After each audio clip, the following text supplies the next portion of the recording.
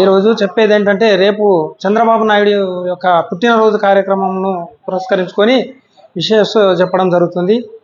తను 10 కాలాల పాటు చల్లగా ఉండాలని చెప్పి తెలంగాణ ఆంధ్ర ప్రజలందరూ కూడా అతన్ని కోరుకోవడం జరిగింది. భగవంతును ఆశీస్సులు కావాలని చెప్పేసి టీడీపీ కుటుంబ సభ్యులే కాకుండా ప్రజలు కూడా ఈరోజు తన గురించి మాట్లాడుకోవడం జరుగుతుంది.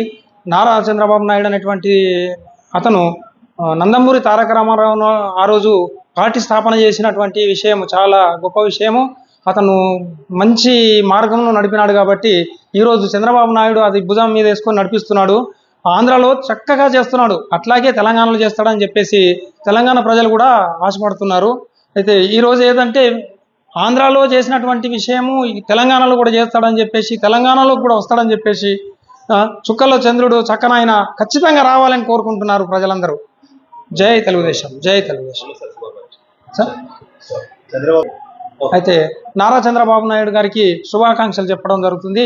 ఆయన 10 కాలాల పాటు చల్లగా ఉండాలని చెప్పేసి ఆ భగవంతుని ప్రార్థిస్తున్నాను. జై తెలుగు.